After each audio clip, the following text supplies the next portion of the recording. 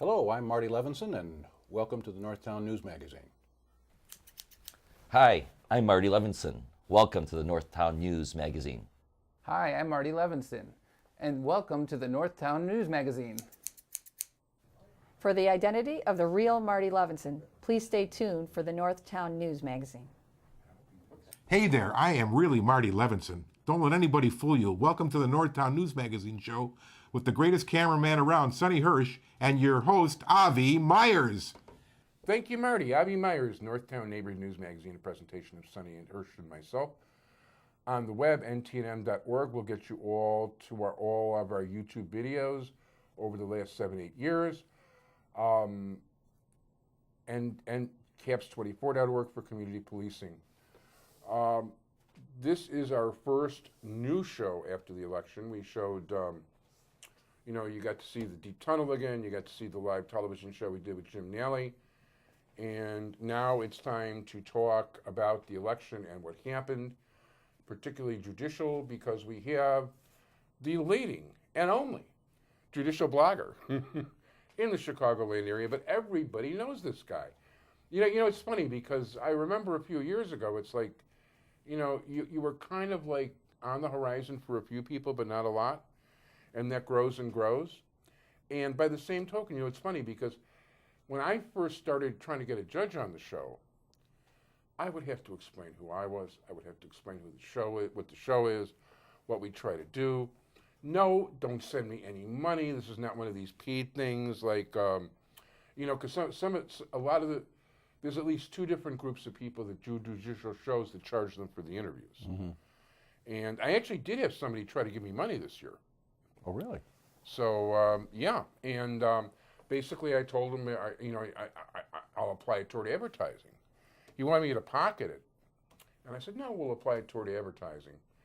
And when I didn't endorse the person that person favored, I mean, that wasn't the candidate who did it. Oh, that's good.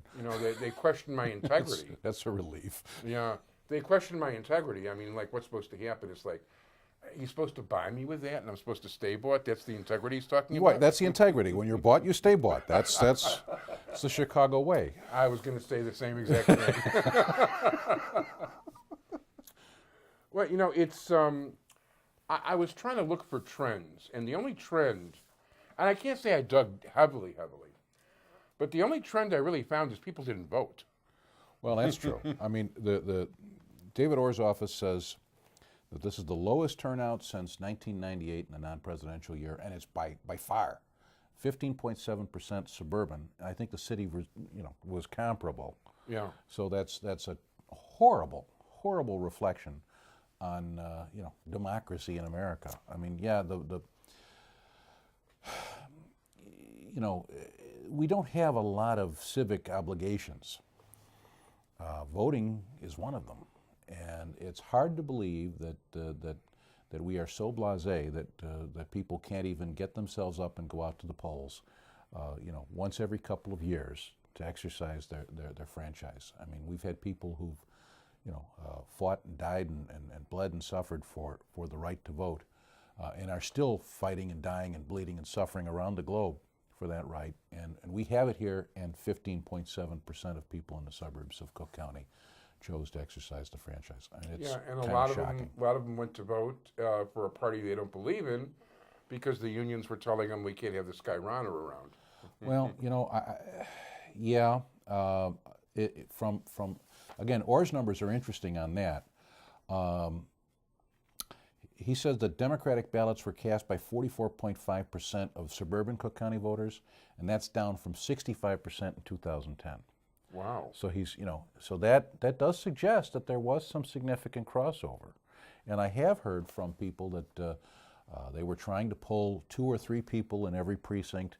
Okay, you're going to take a Republican ballot this year. We understand. This is what we want you to do. Yeah.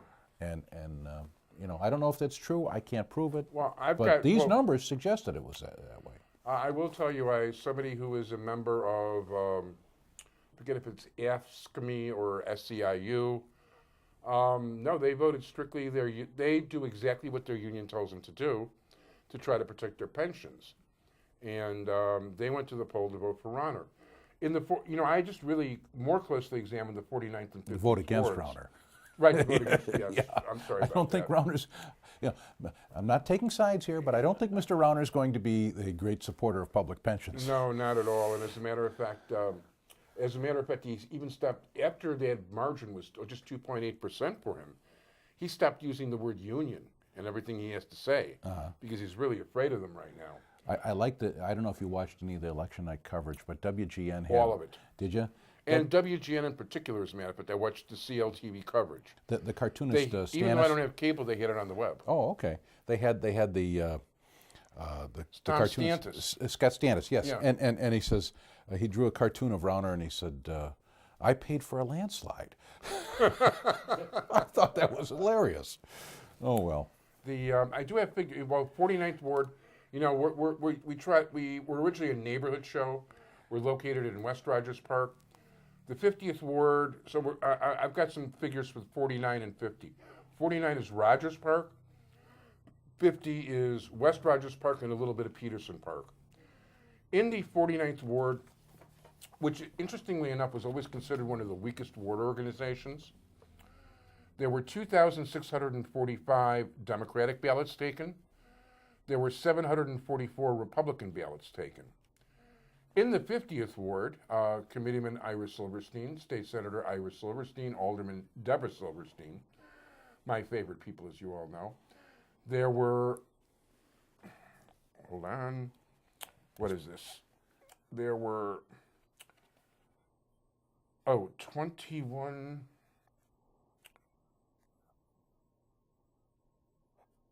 wait, what do I have down? 2,112 Democratic ballots taken. Mm-hmm. And 1,235 Republican ballots taken, which is over a third Republican. And you know what? I focused in on the 9th sub-circuit was the most happening sub-circuit. We had 3 different races. One of them, the Angela Hansen race, wasn't all that contested, really. Monica Forte, who happens to be a neighbor of mine, was running. And then you had a guy who is involved in renting out places to porn shops and things like that, which he didn't get too good at bar ratings things. You know what? I just heard that. I don't know that firsthand. I should take back about the porn shop things, but he's kind of a interesting guy. Let's put it that way. That much I do know. So the race that bothered me the most was the Esrig Goldish race. Oh, that was against the other guy. Sorry about the Angela Hansen. No, the other guy. I apologize. Now I have to really correct myself. The other guy in the race with Angela Hansen and Monica Forte was Kusius. Kugius, yeah. And actually, it's pronounced with an S. Oh, it is? Okay. So Greek name. And no, he's a very legitimate guy with good bar ratings, and his family owned a business in the neighborhood for a long time. No, he's legit. It was the other race. It was the Esrig Goldish race. This one may be edited. Where you had a character. No, I won't edit it. When I make a mistake, at least I corrected it right here.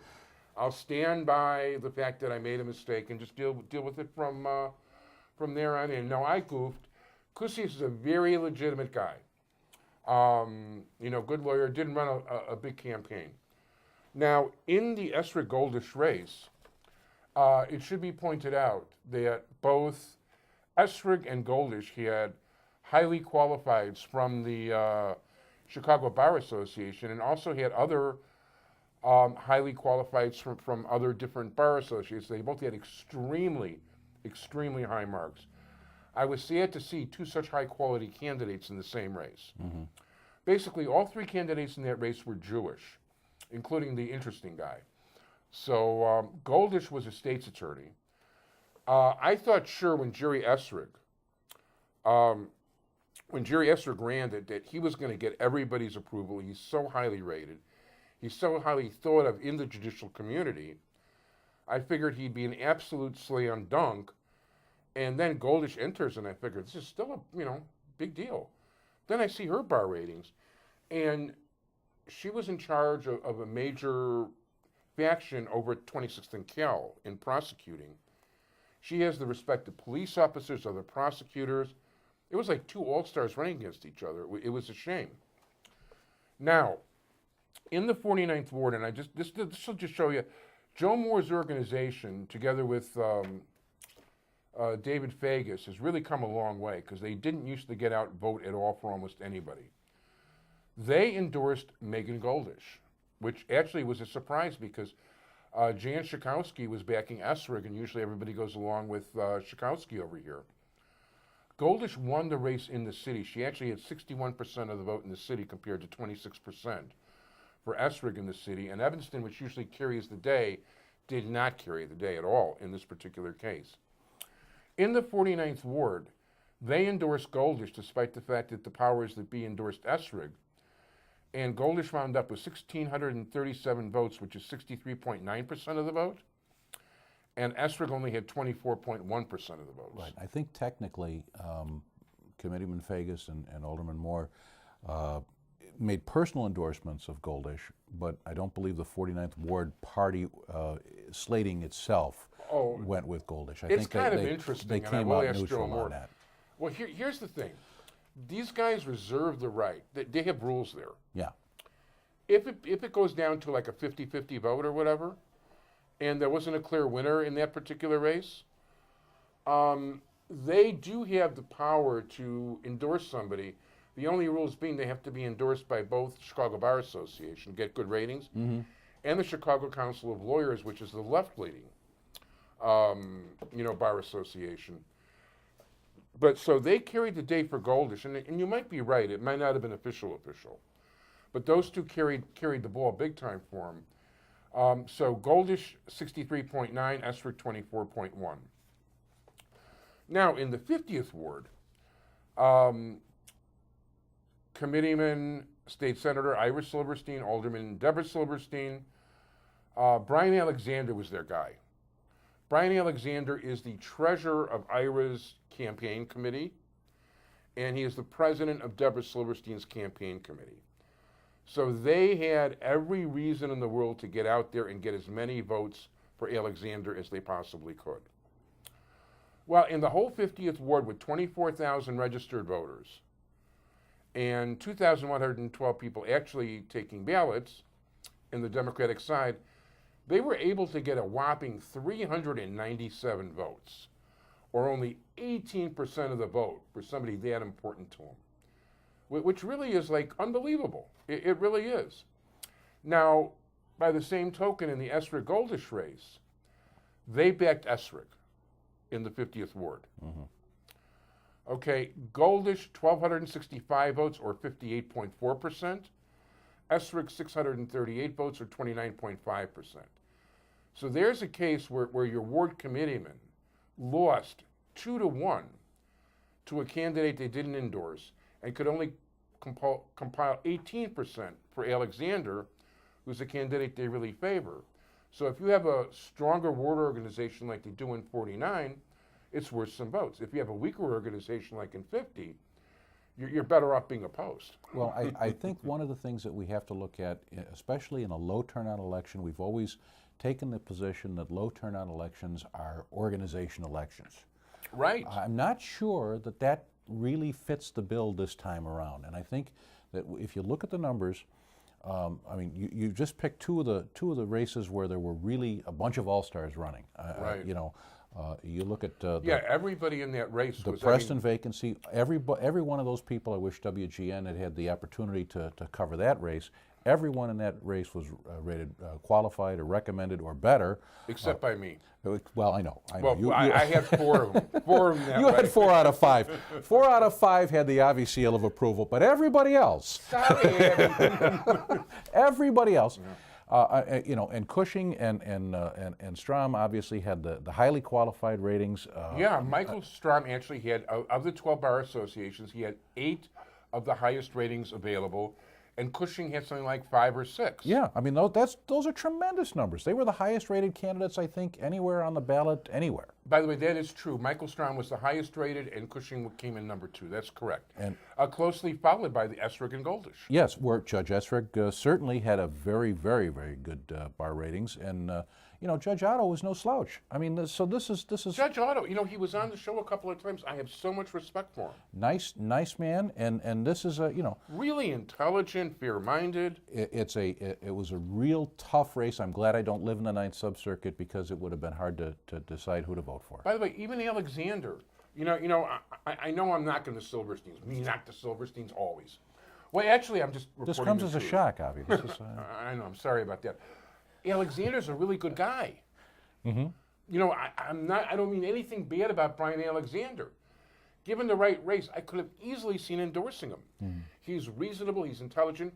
He got good bar rating. He did not get a single thumbs down from any of the 12 bar associations. So I think that what we're looking at is to say that maybe this was a race where people actually came out, highly motivated voters are coming out, and they're voting on ratings. They're voting on their newspaper endorsements. They're voting on their own study of the candidates.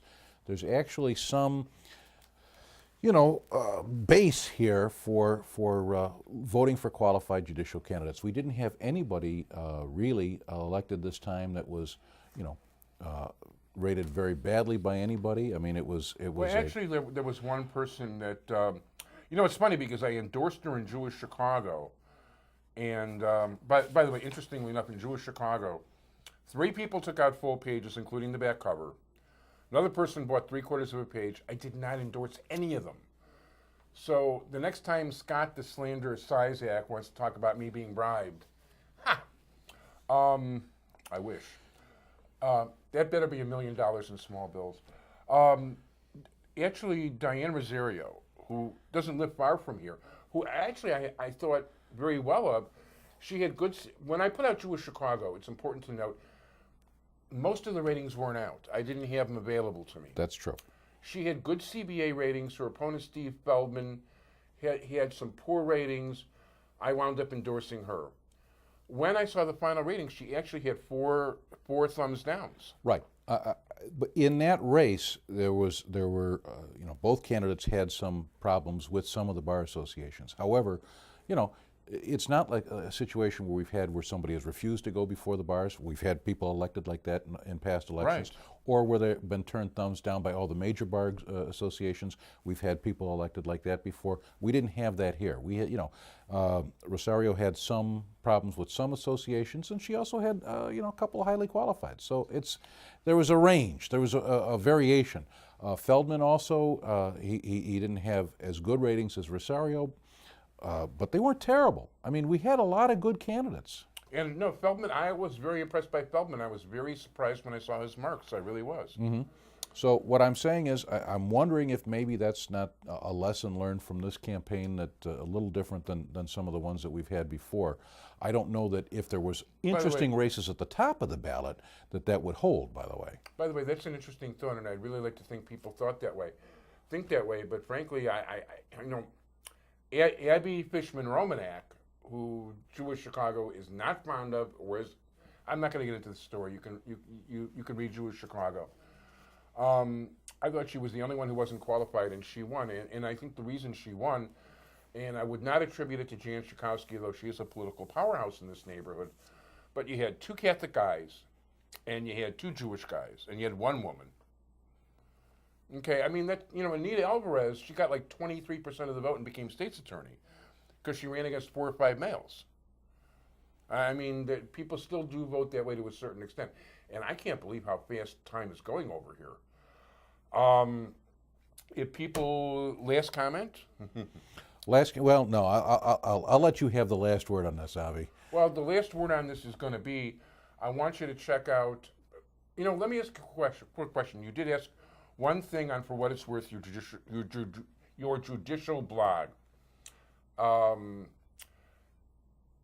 Do people who are already sitting as judges have an advantage over people who don't in the election? What is your conclusion on that? My conclusion is I'm not too sure that it really does provide that much of a boost. I think in this election we had the county party's real benefit for the sitting judges or for its slate really was clearing the field ahead of the election.